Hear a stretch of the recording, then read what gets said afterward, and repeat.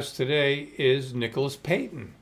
Nicholas is a superb trumpeter, a rather outspoken fellow, and he's not letting the present situation stop him from creating. He's been doing some live stream on a consistent basis from his base in New Orleans. So we'll talk about that with Nick, and he's got a couple albums as well. And we're both students of politics, so to speak, so I'm sure that will enter into the discussion. Now, speaking of the current situation, tomorrow I've got a show that you must see. It's about racism in the LA recording studios. My guest will be Winston Byrd. Winston is a fine trumpeter. He's played with many, many people in the past 30 years. And he lives in LA. He moved to LA a couple of years ago, maybe 2 or 3 years ago. And he's encountered some racism, plain and simple. Now, this is hardly a secret. You know, usually when we think of jazz, we don't think of racism. But the truth is that like anything else in this society, racism does exist. I was thinking today about during the big band era, you know, there were white bands and there were black bands. And Benny Goodman, actually, the Benny Goodman Quartet was one of the first groups that featured black musicians. Teddy Wilson, Lionel Hampton. And Artie Shaw's big band, he brought in Roy Eldridge and Billie Holiday. So more about that, specifically about Winston Byrd's situation with LA and the studio scene out there. And Wednesday, it's Jazz on Film. Not the performance or live streaming aspect, but jazz fiction, jazz stories that have been told on film.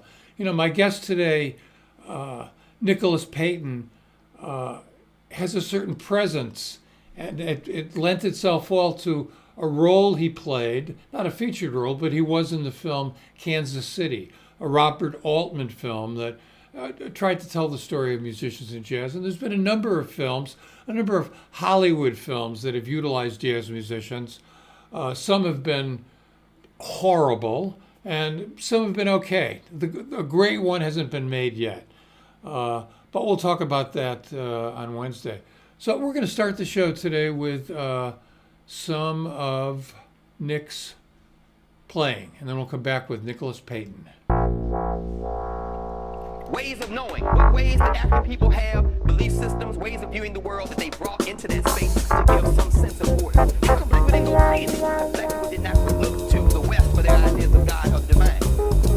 Whether it be in Haiti with Vodun, whether it be in Brazil with Candomblé, whether it be in Quran with Santeria, whether it be in the United States, the church, the black church, the Negro church, all of them bound together by the notion that this world is not my home. I'm just passing.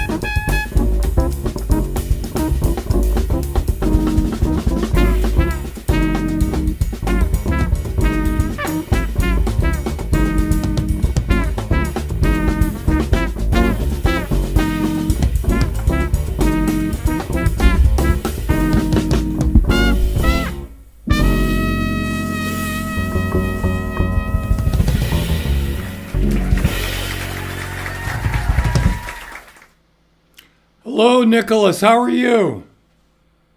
What's up, Brett? How you doing, man? I'm doing well. Excuse me for 1 second.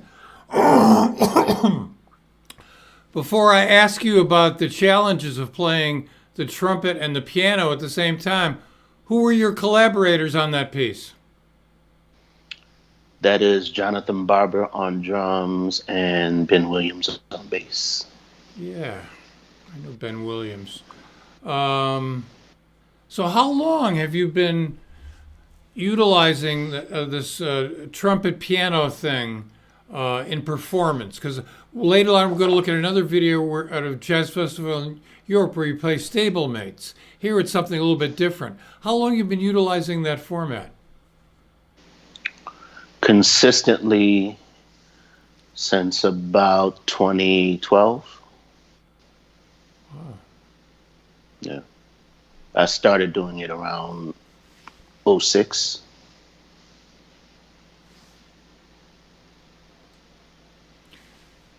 What inspired you to do it? Why'd you want to do that instead of just playing the trumpet?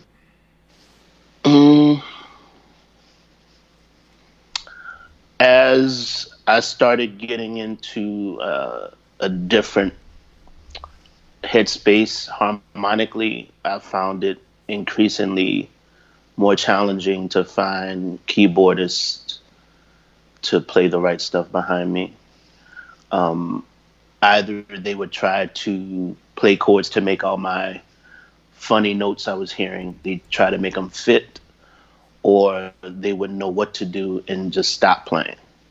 And both of them sort of impeded my flow, to have the bottom drop out of you while you're playing, while you're going for something creatively, or to have someone, you're displacing your Picasso eye and someone puts it right on the face where you're trying to displace, kind of wasn't working for me. So I just decided that I would do it myself because, minimally I can make it possible that I don't get in my own way. So, and, multi-instrumentalism has always been a thing of mine since I grew up in a musical household. Both of my parents played music growing up in New Orleans. So music has always been a part of my life, and playing a bunch of instruments has always been a part of my life. And also at a certain point in my career, just standing on stage, just being a trumpet player didn't seem enough anymore. I kind of got bored with just taking a solo and spending 75% of the gig just standing on the side of the stage. I wanted to be more a part of the music the whole time and sit inside the rhythm section. Also, it allowed me to better shape the direction of the music as it was going on. When you're just standing there, yeah, you're part of the collective, but when you're actively playing and you're sitting in the rhythm section, I felt I could have more of input in terms of the colors of how the music sounded. And the more personal my music became, the more important it became that I could have some way of having influence more directly over it. So. Well, Dizzy said that all horn players should learn how to play the piano. Has playing the piano helped your trumpet playing? Yeah, I think everything you do enhances your overall musicianship. I think Dizzy might have said that because the piano is so orchestral. You have the whole orchestral range there. You can play chords. You can see it. You can play the bass notes. You can play all the chords and the extensions and so forth. And you can play more than one note at a time, which most horn players can't do. So, yeah, I think every non-keyboardist should have some keyboard skills because it helps your overall musicianship. Your ears, is visual. It's all the things. in terms of having a keyboard in a group with a horn player, Sonny Rollins told me that, and you may have noticed that for a lot of his performance years, he used a guitarist instead of a pianist. He said that he felt with a pianist it filled it up too much. It didn't give him enough space to move around. And I noticed when you're with your piano playing in this context, on the track we just watched and also the one that's coming up, you certainly don't fill up the space. I would say you only play what's necessary, nothing less and nothing more. Exactly. Like I alluded to earlier, like I can minimally not get in my own way. So I feel like it's the best of both worlds. By comping for myself, I can give myself that freedom and that openness that Sonny longed for when he played with those chordless trios. And to his point about the piano, as you see on that video, I'm playing a Fender Rhodes. And I think the Fender Rhodes texturally is kind of close to a guitar. And I would agree with him that the piano sort of takes a lot of acoustic bandwidth, whereas the Rhodes, I feel like it blends and it sustains in a certain way that it doesn't get in the way of certain overtones. So that's why most times you see me when I'm comping for myself, I'm doing so on the Fender Rhodes because it leaves more space for me. Yeah. It's an entirely different instrument. It's a keyboard, but everything about it Yes, its own is thing. different. Yes, its own thing for sure. Yeah. So you have been relatively busy during this period here. You've got a couple of recordings. You're doing some live streaming. Let's go back to 2 weeks before this whole thing started. What were you doing? Did you have gigs lined up? Did you have stuff planned? Where were you at in terms of your career before all of a sudden everything came to a giant halt? I had just done my first downbeat cover in February. I had a bunch of gigs lined up, new booking agent. Did my last road gig on March 7th with a new band called the Light Beings. And it's part of a new album that I have that I finished, but I haven't released yet. And it's a part of a series of albums that I planned on releasing this year. And a couple that I didn't plan on necessarily releasing, but it just so worked out with the time. I was able to finish some other things and work on a new project. My last gig was maybe a few days before the formal lockdown. And it was with Sasha Mazakowski, who's been doing most of my live streams with me. And in this group, she uses a Boss sampler and a drum machine. And again, I'm bringing in this multi-instrumentalist thing. So on this gig, I'm having a bass. I'm also doing keys as well as trumpet and vocals. And she samples me in real time. So we can basically create these loops of me playing bass and keys, and we can layer and basically create songs with the two of us. Before the lockdown, there was another musician we had with us, Cliff Hines, and he plays modular synth, which creates these space age, very trippy type of textural things. And we did an album together on Friday the 13th, March 13th, right like days before the formal lockdown.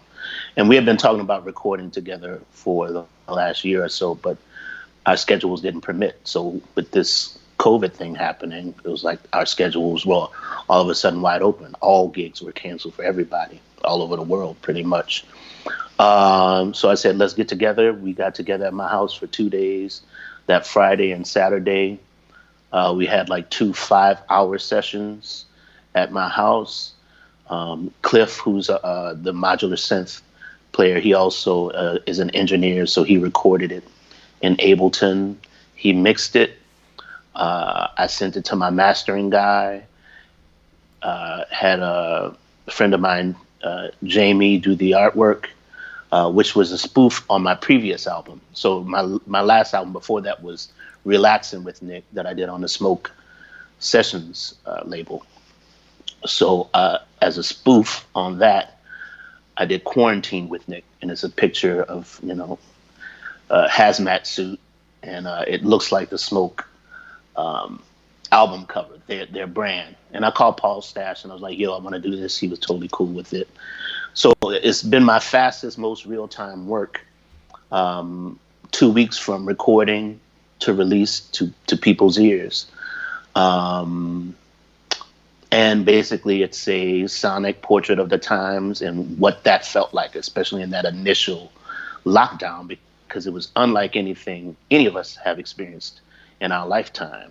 So it's very much filled with that angst. We touch on a lot of social commentary issues, population control, viruses, and the environment. So we touch on these themes and basically use music as a form of catharsis and of art, of expression. And I think I may have quite possibly done, at least that I know of, the first Quarantine album. So Yeah, well, congratulations. That's important. thanks. I think that, jazz itself, I think, is a political act. But over the years, there have been a number of recordings that have addressed certain issues, like Sonny Rollins' Freedom Now Suite, Mingus, Fables of Faubus. A couple of those don't come to my lips immediately here. Do you think it's important? Well, of course, music always reflects the artist, the times, whatever. But do you think, when you recorded this music, did you set out to address certain issues in each of the compositions? Absolutely. That was actually like the goal, is to make music that felt like the times, that felt like the coronavirus, that felt like the spirit of uncertainty and the ramifications of what this all may mean, which we're still figuring out day by day as we go along. Yeah. So what, aside from musically and career-wise, you live in New Orleans. Do you live by yourself? Do you have a partner, family, anything? When the quarantine struck, who were you with? I live by myself, so yeah. I live by myself. So Thank God. Yeah. Thank God. So all of a sudden, it can be quite stressful. A lot of marriages have been quite stressed, having to be cooped up, for several months with the same person, yes. Which can also be beautiful. But I'm very much a loner. I'm very much a recluse anyway. And I'm an introvert. So the lockdown part of it for me was nothing. I mean, that when I'm not on the road gigging and traveling, I'm isolating anyway. So that part of it didn't really bother me. I had no angst or anxiety around it like a lot of others. I actually enjoyed the solace and just used it to crank out more art. Yeah. So in addition to that album, I wrapped up another album that I had begun working on before the lockdown called Maestro Rhythm King. Maestro Rhythm King, is that on Smoke Records as well?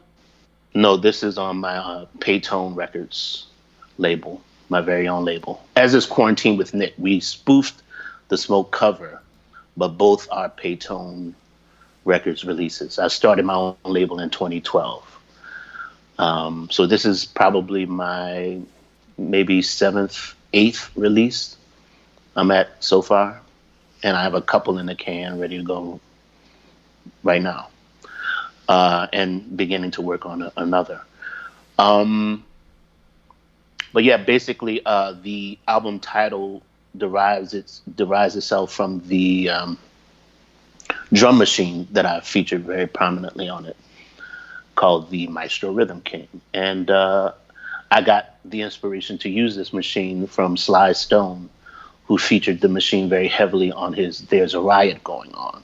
Yeah. which to me kind of tied into this broader idea of political protest music, because Sly's "There's a Riot Going On" was kind of an answer to Marvin Gaye's "What's Going On," which was also a politically driven album.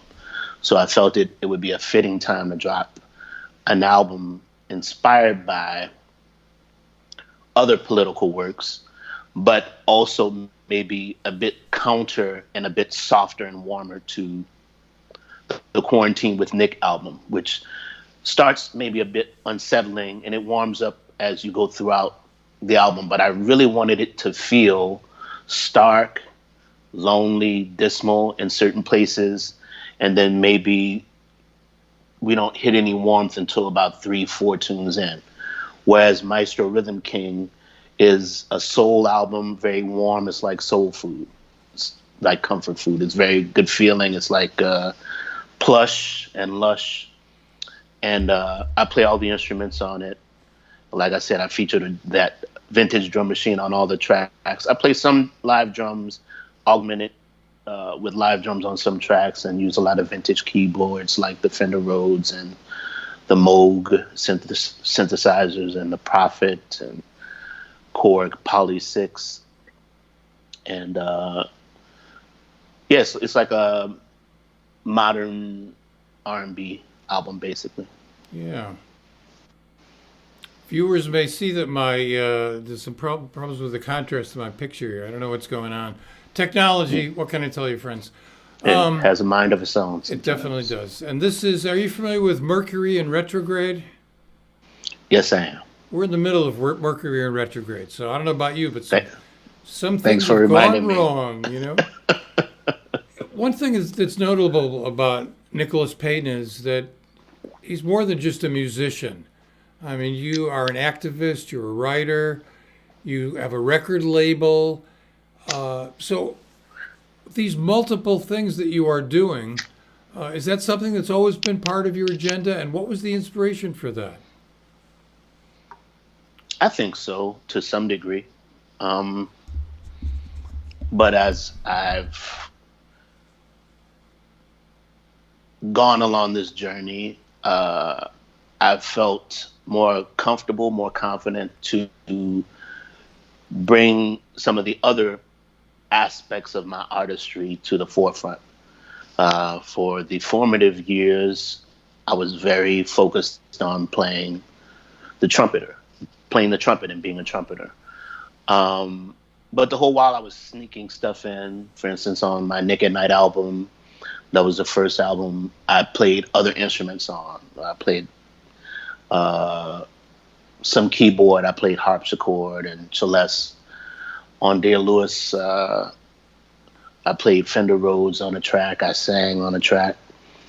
So the whole while I've kind of been sneaking these things in to the point where when I got my own label, I felt incumbent to bring more things to light and to utilize, and starting to think of myself as not just a musician, but more or less an artist. And music is one of the ways in which I express that artistry. Started writing a lot. Even before social media, I had like a list, an email list that sort of was what Instagram and Facebook is now, but that didn't exist then. So I was trying to do that then, and put these thoughts out there, different aphorisms and writings and so forth. So yeah, and then with the advent of, as the internet has become more integral, and social media being a large part of that, it allowed me a platform by which I could be more directly in communication with my supporters and fans and the like.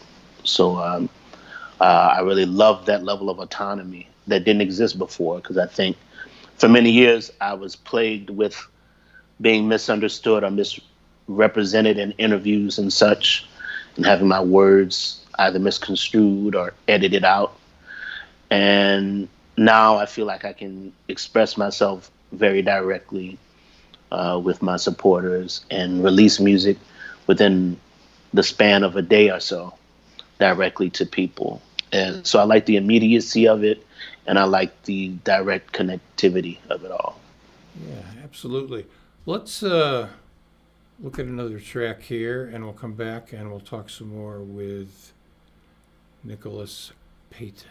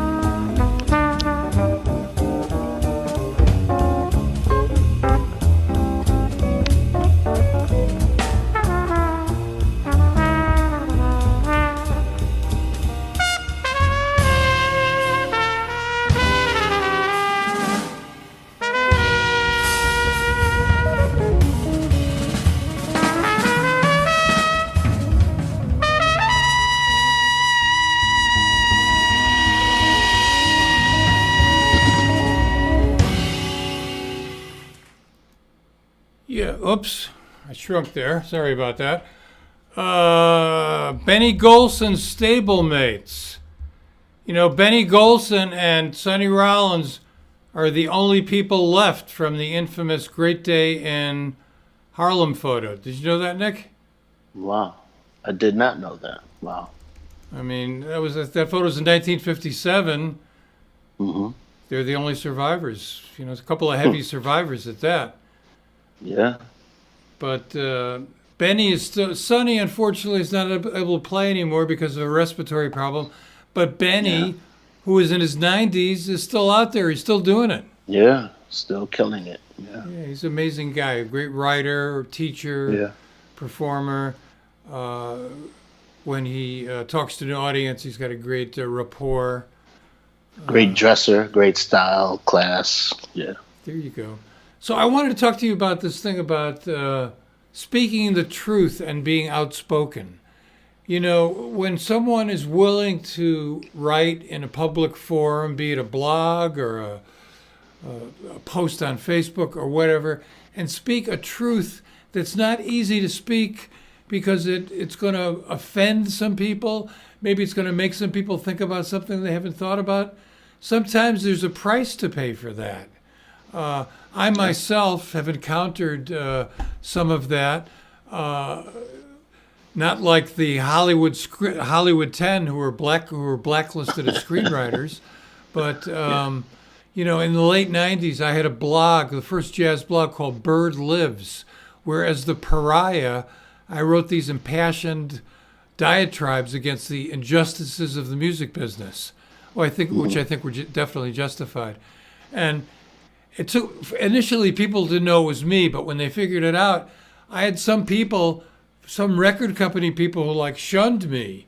You know, they didn't want to, want the truth to be revealed about the recoupment scam, which makes it just about impossible for musicians to make any money. So you're a guy, you came along, you started to write about stuff. You're one of the first musicians who did that. Did you encounter any obstacles, any negative feedback, like, shut up, man? Sure. Shut up and play your horn. Shut up and dribble. I mean, it's kind of cliche. But I don't give a fuck, you know? Like, as an artist, I think it's important. Like, to me, that's why I got into this, because these people I looked up to were so empowered. They were at the vanguard and the precipice of pushing culture.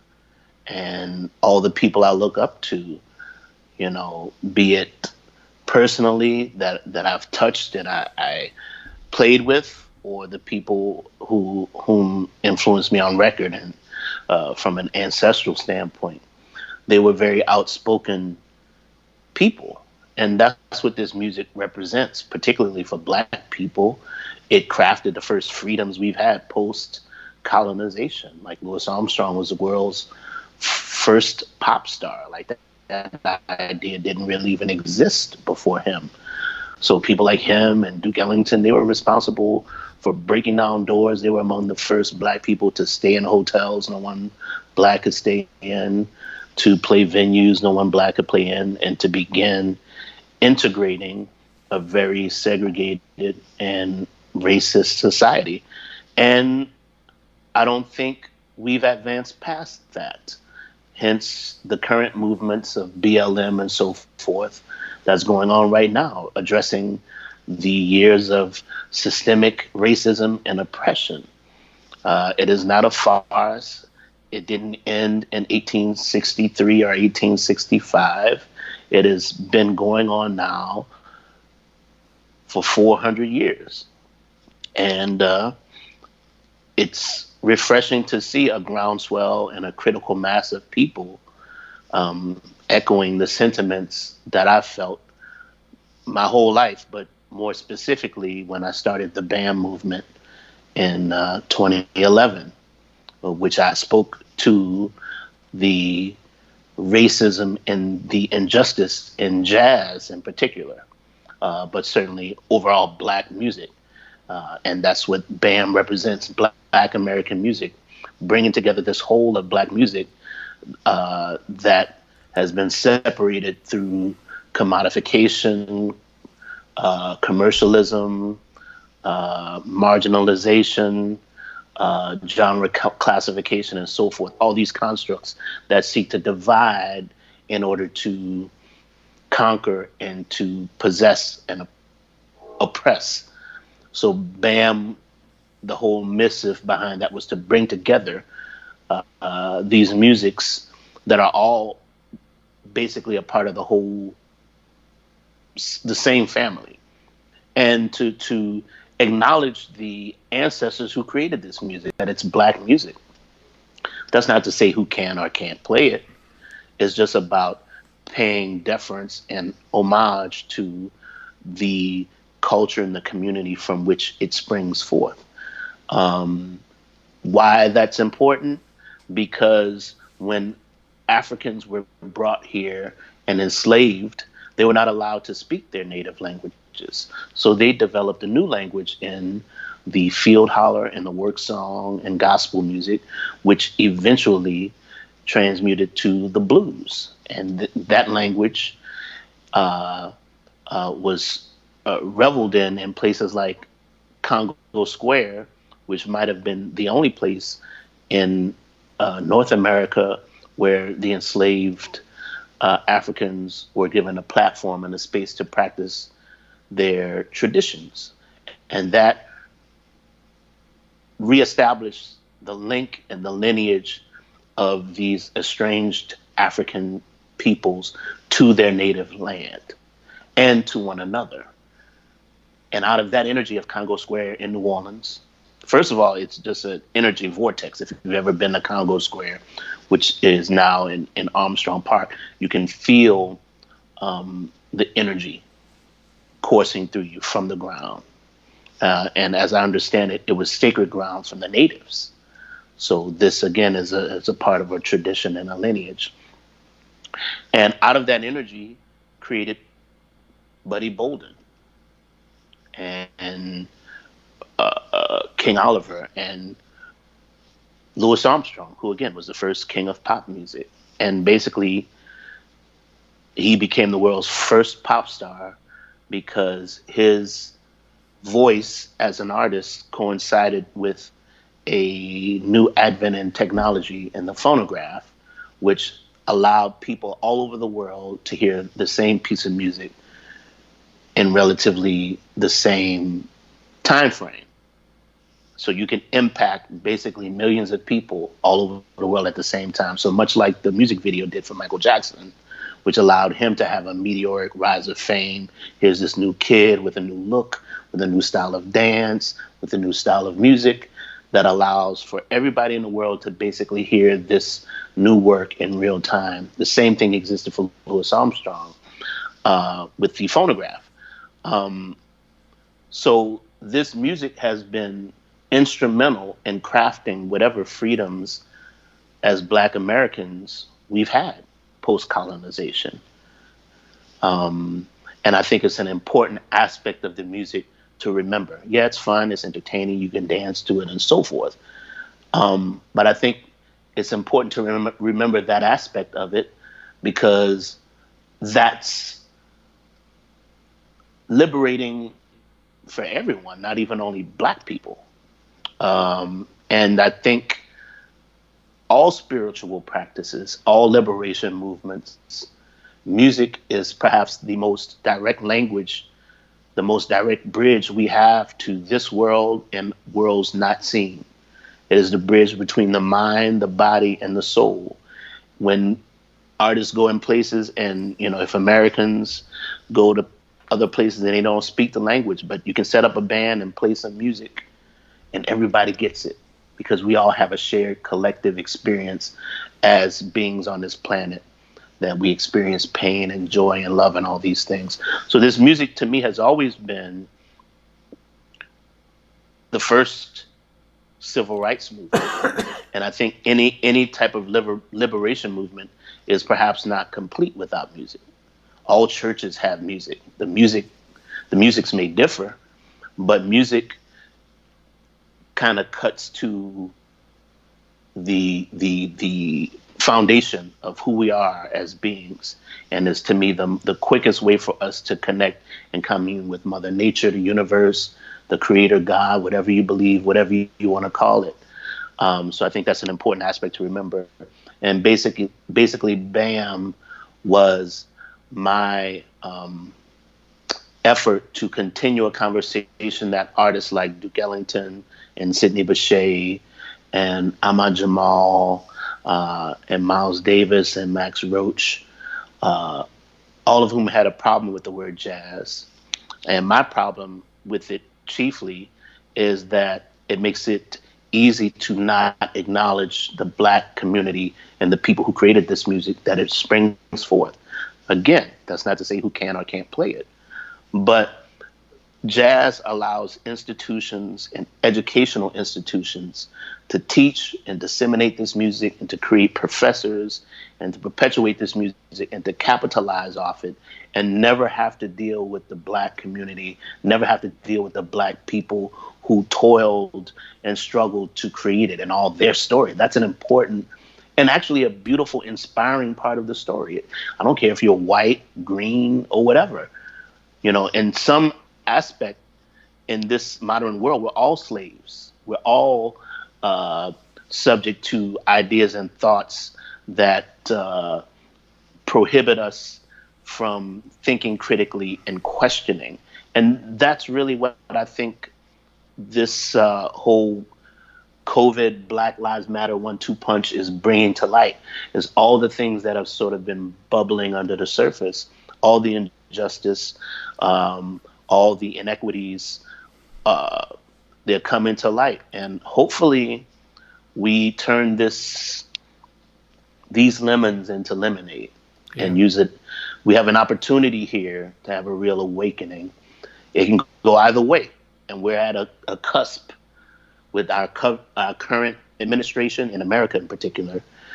So it's incumbent upon us. What are we going to do as a world society, as a collective? And people are out protesting. It's great to see people out in the streets all over the world, not even just in the USA, people in Brazil and people in Berlin, all over, protesting basically the same thing, because we're all oppressed people when we look at the power structure at the top. So yeah, definitely. I was thinking about why now everything is happening. I think part of it is it was the tape of George Floyd, because people were home. It was the beginning of the quarantine, and they played that tape over and over on TV. And you cannot watch that tape and have it change you, because you see a man struggling to die who was killed by the police. I mean, with the advent of smartphones and video, a number of things have been captured before, starting with Rodney King. We got a little bit of Eric Garner when he was killed, some other ones. But this was so powerful that I suspect people who never thought about it before said, "Oh, I get it now," you know. And I think too the isolation of the lockdown before assisting in people seeing this in a different way, because really, I mean, Black Lives Matter started with Trayvon Martin and Michael Brown. So it's not the first time we've necessarily even seen, like you said, Eric Garner. We've seen these killings of Black people, but I think the isolation and the angst of COVID, and then confronted with, again, not only just the George Floyd, but we saw it with Ahmaud Arbery before that on video, and that played over and over again. So it was just like, okay, enough. Yeah. So everything happens for a reason. And again, it's so unfortunate that so many Black lives have to be sacrificed for people to begin to see what has been happening really this whole time. It's not new. No, it's hardly new. It's just that people have smartphones, and now we can see it and share it without the middleman of the media, and it's not curated to us so much. But it really needs to we have an opportunity here, and it's incumbent upon us to decide how we want to move forward from this. Yeah. I wanted to mention one other point. You're talking about the role of African Americans in the development of this music and how dynamic it is and their cultural contributions. There's another contribution I think that needs to be noted, and that's that for these great artists to play their music, they had to endure tremendous obstacles traveling through the South, being their lives were threatened. There was a movie a few years ago about something called the Green Book, which all African Americans had to have when they traveled because you couldn't stay anyplace. And in fact, this went on until the 1960s. In Las Vegas, when the Rat Pack with Frank Sinatra and his crew played Las Vegas casinos, they wouldn't let Sammy Davis Jr. in the front door. And it was Frank Sinatra who said, wait a minute, that's it. If he can't go in the front door, neither will we.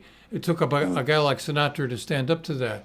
And it took a guy like Norman Granz to allow black and white people to actually sit in the same performance space.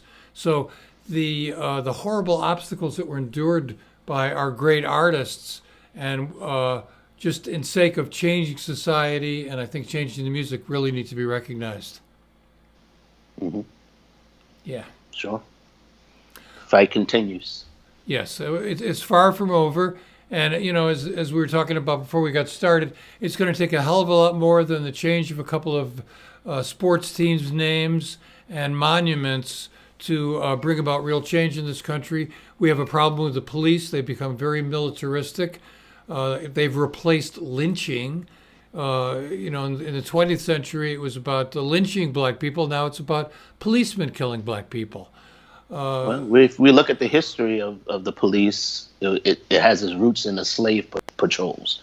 So really, when we look at it from a standpoint of lineage, that's essentially what it's always been. Yeah, it has. One of our viewers commented, racism exists in every country, but the U.S. has taken too long to get up to date. That's for sure. I don't know about that, but okay. It's everywhere. I've never been anywhere where it hasn't been the case. What about Africa? Again. What about Africa? Still there. Colonization exists everywhere, and its vestiges. If we're being honest, oftentimes in that instance, it becomes a case of the oppressed mimicking the oppressor. And they're very much in civil unrest there, largely due to white colonial forces who came and separated the people and created the angst. We have the same issue in the black community now with violence and so forth, like what the crack epidemic did to the black community, which was beginning to burgeon post whatever integration, and it just basically obliterated the black middle class and turned our once safe communities into war zones. I mean, gangs, what are termed gangs, essentially started as a means of protecting the community from the police. Bloods and the Crips were like the Black Panthers. These were black people arming themselves to protect themselves from brutality from white forces. And as has usually been the case in this country, these movements, these groups were infiltrated and weaponized to fight amongst themselves. There's a story of, I think it was the Crips, who, when these gangs even started, they fought hand to hand, knives. No one was really getting shot. And then one day they were embroiled in some kind of battle. One gang member who no one knew, who eventually it came out this person was a plant from the government, and shot somebody, and that began these gun wars, and it escalated the violence in the black community. And now we know through stories of the guy who was probably the most notable crack dealer in the United States, Freeway Ricky Ross, the government was bringing that crack in. They were making money off it both ways, making money off it from the sale of it and making money from the imprisonment, which is now the new slavery. The prison industrial system, which allows slavery to happen through incarceration, which is what the 13th Amendment is about. So it's the same situation, it's just dressed up differently. So these are all the things we have to be knowledgeable of if we want to, as you said, really deal with the deeper issues. It's fine that the NFL is going to have for the first week lift every voice and sing or whatever, but how about give Cap his gig back? Because this is essentially what he was saying the whole time, and he was maligned for taking a knee, which is a very peaceful form of protest. Yeah. He wasn't rioting. He wasn't doing all the things they say don't do. He peacefully protested and took a knee. And they said he couldn't do that, lost his job for it, was basically blacklisted for saying the same thing that everyone is saying now. Enough. And it might be interesting for the NFL to hire some African-American coaches. Thank you. Now that's changed. That's impressive. Coaches, owners, let black people have ownership. Yeah. How about that? Because there's no NFL or NBA without black people. Yes. Hello. But we don't have the stake in it. Michael Jordan is singularly responsible for making Nike through Air Jordan the world brand that it is. But he's not.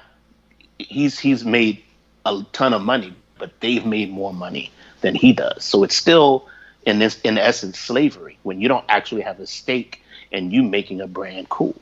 Even George Michael, who's a white guy, he said he was a slave. Prince said he was a slave. And these are multimillionaires who said the disparity, even though they've made millions of dollars, the disparity in what they've made versus the record companies, it's not cool.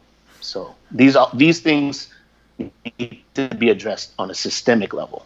Well, the record industry as we knew it 20 years ago is largely over. It's just the giant warehouses of the content. But you are an activist. You have your own record label. You're not afraid to speak your voice.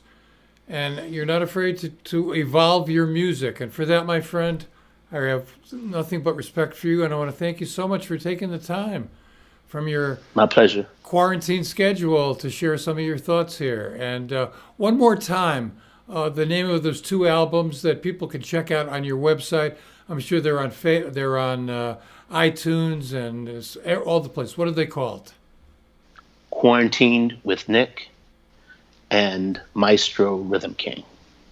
All right, we're going to go out here with a video that I shot, I guess about 8 or 9 years ago when Nick was in the Blue Note 7 with, I think, some of the best musicians of his generation, Louis Nash and Peter Washington, Bill Charlap, Mr. Ravi Coltrane, and the wonderful Steve Nelson. This is their take on Crisscross. Thank